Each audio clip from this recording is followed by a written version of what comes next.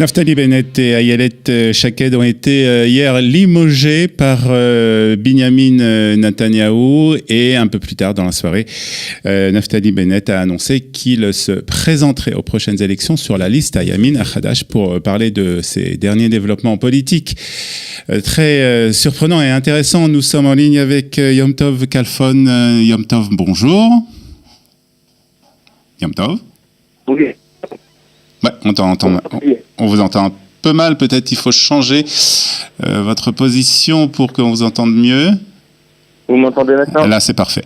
Bonjour Yom Tov, merci d'être avec nous ce matin. Vous étiez candidat sur la liste à Yamin Hadash lors des dernières élections, une liste qui n'a pas obtenu, qui n'a pas dépassé le seuil donc d'éligibilité, donc qui n'est pas représentée dans la Knesset, une Knesset qui a été dissoute il y a quelques jours. Avant de parler justement de ces dernières, ce qui s'est passé hier avec Naftali Bennett et Ayelet Shaked, quelle a été votre réaction lorsque mercredi la Knesset a voté donc pour sa dissolution et a donc voté pour de nouvelles élections législatives? Je pense comme tout le monde très étonné parce que nous avions l'habitude que dans les négociations de coalition il y a toujours un bras de fer et qu'en Israël on aime bien finir à la dernière minute, à la dernière seconde. On voit ça aussi parfois quand il y a des grèves. On nous annonce parfois à 6 heures du matin que les enfants en fin de compte ont école et qu'il n'y a pas grève. Donc moi, je voyais arriver ce genre d'aboutissement quand en fin de compte Lieberman allait signer. Donc étonné. Ça prouve une fois de plus à quel point la politique israélienne est imprévisible. Et voilà, oui, la Knesset la plus courte de l'histoire d'Israël. Mais bon, d'un autre côté, vous savez, lorsque nous avons dans des élections eu le résultat que nous avons eu avec la nouvelle droite, moi la phrase qui revenait le plus souvent était Hakol Letova. Ouais. Tout est pour le bien. Et je le pensais vraiment à l'époque. Je ne savais pas exactement comment tout est pour le bien, mais je savais que tout est pour le bien. C'est une émouna que j'avais en moi. Et voilà, on voit que ces évolutions pourraient en fait faire revenir Naftali Bennett et Ayelet Shaked et des personnes de qualité qui sont autour d'eux au sein de la Knesset lors de la prochaine Knesset. Et si c'est le cas, alors ça, c'est en soi, c'est une bonne nouvelle. Ouais. Évidemment, on est tous, comme tout contribuable, on est évidemment tous déçus des dépenses inutiles que mène cette nouvelle élection. C'est de l'argent à la poubelle. Il faut dire que lors des dernières élections, Yamin Hadash a en fait, il manquait 1500 voix si je me trompe pas pour qu'elle puisse 1400. dépasser le 1400 pour qu'elle puisse. Exactement, 1400 voix. Ouais. Donc très peu de voix pour dépasser ce seuil d'éligibilité. Donc Ayelet Shaked et Naftali Bennett n'ont pas été donc réélus, ne faisaient pas partie de l'actuelle Knesset qui a été dissoute entre-temps, mais ça a été le prétexte en tout cas pour Binyamin Netanyahou hier de limoger Ayelet Shaked et Naftali Bennett, donc ministres respectivement de la justice et de l'éducation, donc de les limoger de ce gouvernement qu'on va appeler un gouvernement de transition, en prétextant donc qu'il n'était plus représentatif du peuple israélien, de la société israélienne. Est-ce que vous avez été là aussi surpris par ce limogeage ? Oui et non, parce qu'on connaît bien Netanyahou maintenant depuis de nombreuses années et c'est une énième manœuvre politicienne de Netanyahou. L'argument qui a été donné est totalement ridicule. Savoir qu'à l'heure actuelle, le ministre de l'Agriculture, Uri Ariel, lui a perdu dans les primaires de son propre parti il y a 8 mois de cela la primaire. Son parti, c'est le Yehoud Leumi, et il est toujours ministre. Et Netanyahou ne l'a pas limogé durant ces derniers mois, alors qu'il ne représente même plus son parti. Donc il n'a pas non plus été réélu à la Knesset. Il faut savoir qu'en Israël, selon la loi, on a besoin d'être député à la Knesset pour être ministre. Il y a très souvent eu des ministres venant de l'extérieur qui n'étaient pas membres de la Knesset. Donc c'est un argument ridicule. Ce que je pense, c'est que voilà, une fois de plus, avec Netanyahou, on est toujours épaté de l'écart entre l'homme d'État qui excelle dans les relations internationales qui déjeune à la table des plus grands de ce monde, de Trump à Poutine, en passant par les dirigeants européens et africains, avec le Netanyahou à l'intérieur du pays, à l'intérieur d'Israël, qui à chaque fois s'avère comme étant, on va dire, un politicien, un tacticien, avec manœuvre et manigance. Netanyahou, voyant que donc il va y avoir de nouvelles élections, ne veut pas laisser Bennett et Shaked, laisser évidemment l'aura que donne le poste de ministre pour ces élections. Donc c'est clairement une manœuvre politique.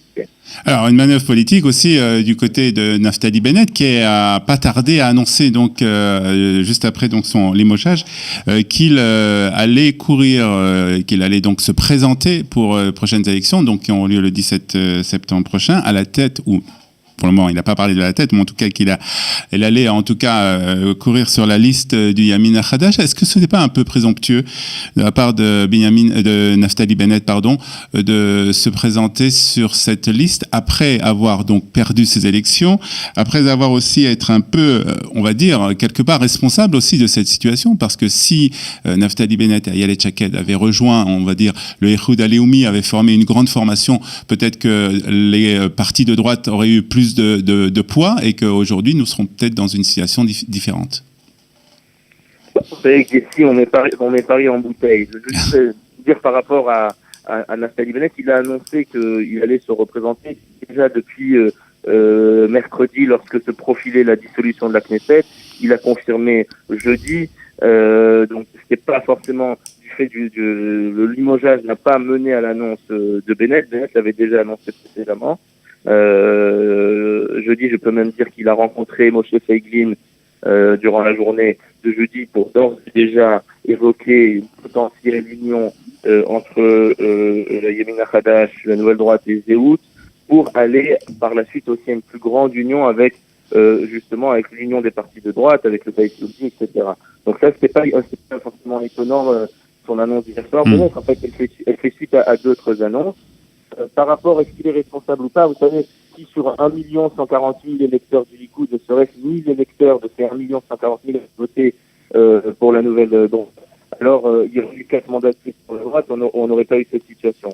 Alors, est-ce que ces 1000 électeurs qui n'ont pas voté le Likoud et qui n'ont pas voté pour la nouvelle droite, c'est à cause du mauvaise campagne de la nouvelle droite, c'est à cause du rôle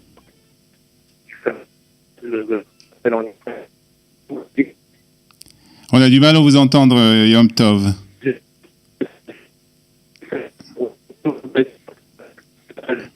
En discussion tactique. Yom Tov, on a du mal à vous entendre. On va peut-être essayer de rétablir là. Vous m'entendez ? Voilà, là c'est mieux. On a eu du mal à vous entendre. On vous a entendu jusqu'à les explications que vous nous donniez pour le Likoud, si plus de 1000 personnes. Alors, je disais, si seulement Netanyahou n'avait pas mis en place ce qu'on appelle son rouleau compresseur ou son Gewalt durant la dernière ligne droite des dernières élections, c'est-à-dire où il a pris la décision, et ça a été dit, ça a été rapporté par plusieurs journalistes, où il a dit qu'il voulait faire baisser le nombre de mandats de la nouvelle droite et les faire descendre à 4. Il a réussi, on est passé juste en dessous de 4, il a trop bien réussi, alors nous n'aurions pas été là. Et c'est ça ce qui est un peu malheureux, c'est qu'en fait, je ne crois pas que le Bennett et Shaked en tant que tel dérangent, dans le sens où ils apportent beaucoup à la droite israélienne, ils apportent des voix au bloc de droite, ils ont prouvé qu'ils étaient des ministres compétents, idéalistes. Je pense que c'est un problème personnel, venant peut-être même pas de Netanyahou lui-même, mais plutôt de sa femme, cherchant, on voit bien qu'elle a annoncé qu'elle a mis son veto à l'entrée d'Ayelet Shaked au Likoud, donc Sarah Netanyahou. Donc c'est dommage qu'en fait, des questions d'ordre du personnel, d'ordre de l'ego, d'ordre de vieille rancune, en fin de compte, à nous, peuple de droite, j'ai envie de dire que tous les électeurs de droite, on vient payer ce prix. Je vous rappelle que Bennett et Shaked étaient par le passé au Likoud et étaient les conseillers les plus proches de Netanyahou. Ils ont dû le quitter et aller à l'extérieur de ce parti du fait donc des mauvaises relations avec Sarah Netanyahou, apparemment en tout cas. Ouais. Donc tout ce que je dis, c'est des publications bien sûr, dans la presse israélienne et pas d'éléments internes. Et ça c'est bien dommage. Donc ça qu'on disait et si Alors certes, Bennett l'a dit lui-même hier soir, des erreurs ont été faites, il va être plus prudent, plus humble dans sa démarche, et surtout, vous parliez d'union, Bennett a d'ores et déjà appelé à l'union. Comme je dis, il a rencontré un des partis de la droite qui aussi n'est pas passé, qui est le parti de Zéhoud de Feiglin, et je crois qu'il va y avoir d'autres rencontres qui sont prévues pour ces jours-ci avec les dirigeants du Beit Yehudi, du Donc, etc. La tendance, c'est vraiment essayer de faire une union avec le maximum de partis de droite. Du point de vue de Bennett, de la nouvelle droite, oui. Ouais.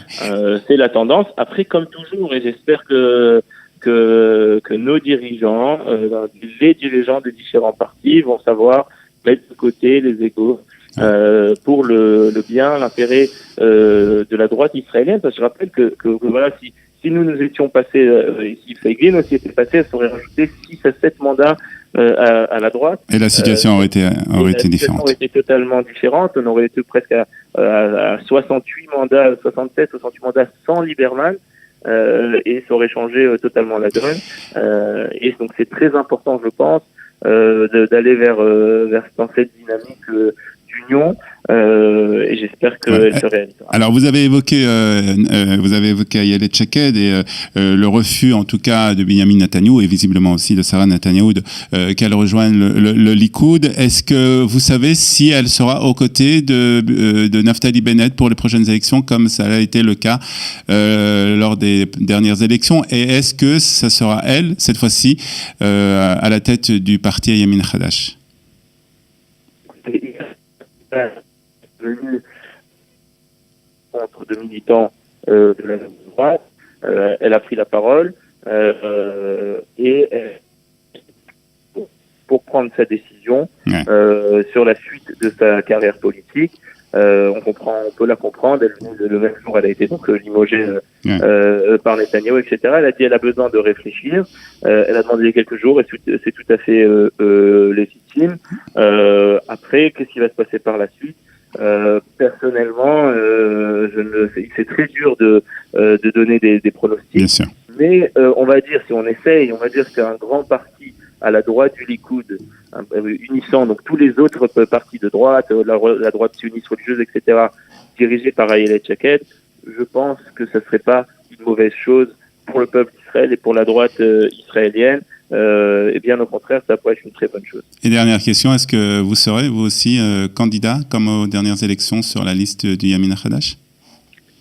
Écoutez, à l'heure actuelle, je n'ai pas de réponse pour diverses raisons, notamment aussi raisons liées à ma vie personnelle. Mais évidemment, si je le serai, vous en serez au courant très tôt. Merci beaucoup Yom Tov et bonne chance en tout cas pour la suite et merci pour ces explications concernant ces derniers développements dans le parti Yamin Hadash. Bonne journée à vous. Merci à vous Olivier. Bonne journée. Bye bye. Voilà, 8h25 sur Studio Kalita. Quelques notes de musique et à 8h30 ce sera l'heure de la revue de la presse et des médias israéliens.